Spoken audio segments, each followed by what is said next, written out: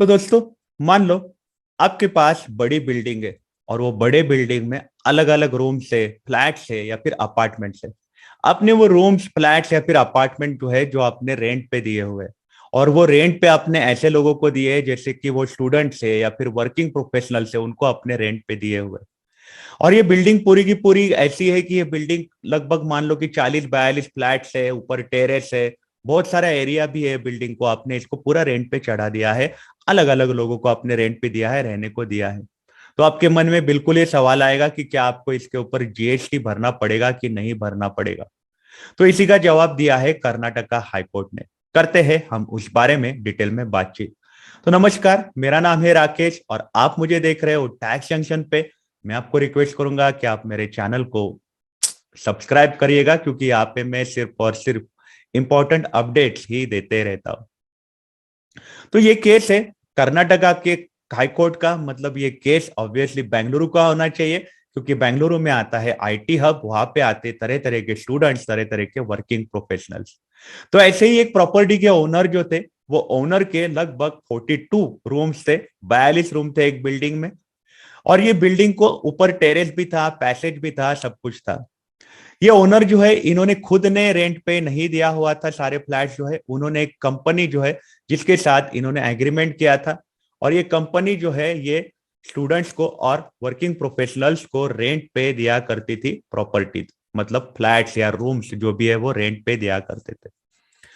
तो इसमें इनके मन में सवाल आया कि मुझे जीएसटी लगेगा कि नहीं लगेगा। तो उसका जवाब बट ऑब्वियस है। 2017 की एक नोटिफिकेशन आई थी, सितंबर 2017 की सेंट्रल गवर्नमेंट की तरफ से नोटिफिकेशन आई थी। और उसमें बोला गया था कि आपने अगर ऐसी सर्विसेज दी है जिसमें आपने प्रॉपर्टी को रेंट पे दिया है, और वो प्रॉपर्टी जो है वो रेसिडेंशियल ड्वेलिंग है, और वो आप सिर्फ रेसिडेंस के लिए आप रेंट पे दे रहे हो, तो फिर आपको जीएसटी भरने की जरूरत नहीं है। ऐसा एक नोटिफिकेशन सेंट्रल गवर्नमेंट की तरफ से आया था सितंबर 2017 का नोटिफिकेशन। उसमें एंट्री नंबर 13 थी, जिसमें ऐसा बोला गया था कि आपके पास अगर रेसिडेंशियल ड्वेलिंग की प्रॉपर्टी है, मतलब आपके पास घर है, रूम्स है, और वो अपने रेसिडेंस के लिए रेंट पे दिए हुए है, तो फिर आपको उसके ऊपर जीएसटी भरने की जरूरत नहीं है, अगर आप वो सर्विसेज प्रोवाइड करते हो तो। तो इसमें बिल्कुल ही है इनके मन में, जिसको भी ये नोटिफिकेशन का एग्जेम्पशन क्लेम करना है, आपको अगर जीएसटी नहीं भरना है, एग्जेम्पशन क्लेम करना है, तो ये आपके हाथ में होता है कि आपने उसको प्रूव करना है, या आपके ऊपर दिया जाता है कि आपने प्रूव करना है कि मुझे ये एग्जेम्पशन क्यों मिलना चाहिए, मैं जीएसटी क्यों नहीं भरूंगा। तो इसी के चलते ये प्रॉपर्टी के ओनर जो थे, वो पहुंच गए थे एडवांस रूलिंग के पास। एडवांस रूलिंग जो है, उन्होंने इनको बोला कि आपको जीएसटी भरना पड़ने वाला है। जीएसटी इसलिए भरने पड़ने वाला है क्योंकि ये रेसिडेंशियल प्रॉपर्टी में आप खुद नहीं रहते हो।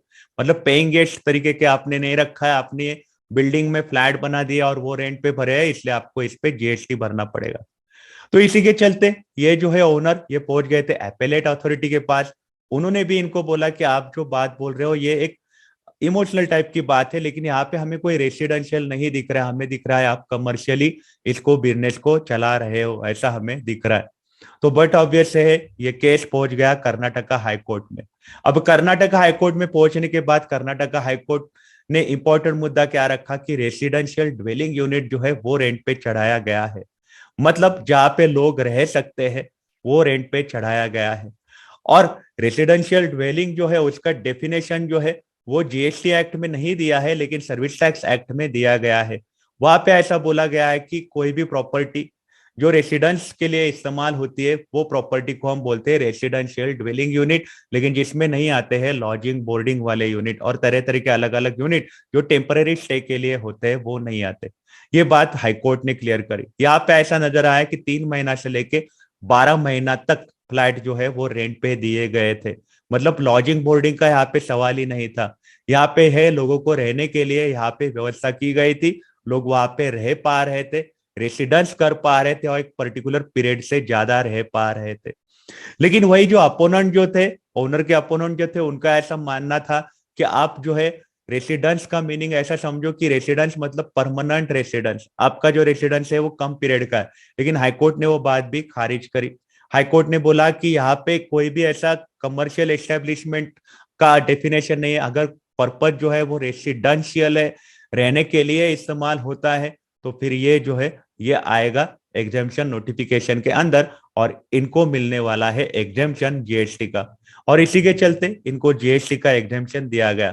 तो यहाँ पे हमें एक नजर आता है कि आपने अगर हॉस्टल जो है, आपका अगर हॉस्टल है और हॉस्टल के रूम्स अगर आपने रेंट पे दिए गए हो, तो फिर आपको जीएसटी नहीं भरना पड़ेगा, क्योंकि आपने रेसिडेंस पर्पज के लिए वो रेंट पे दिए हुए हैं, ऐसा माना जाता है। तो आपकी इस बारे में क्या राय है, मुझे आप कमेंट सेक्शन में जरूर बताइएगा। आप अपना ख्याल रखिएगा। अगर आप काम के लिए बाहर निकल रहे हो तो आप अपने आप को सैनिटाइज जरूर करिएगा। Take care, have a nice day.